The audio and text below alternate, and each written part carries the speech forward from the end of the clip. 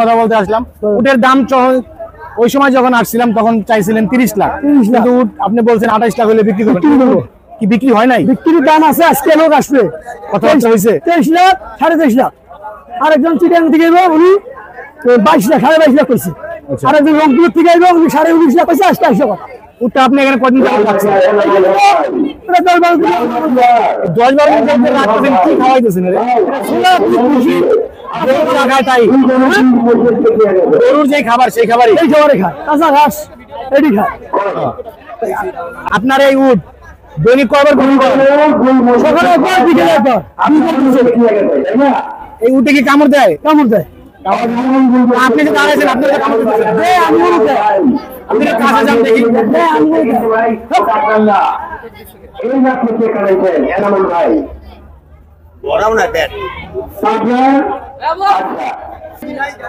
লোভ হিসেবে দেশের জিনিস এটা, বুঝলেন নাই? মরুভূমির জাহাজ এখনো বিক্রি হয় নাই গাবতলীর হাটে। চানরাত হয়তো বা কথাবার্তা চলতেছে, বিক্রি হয়ে যাওয়ার সম্ভাবনা আছে।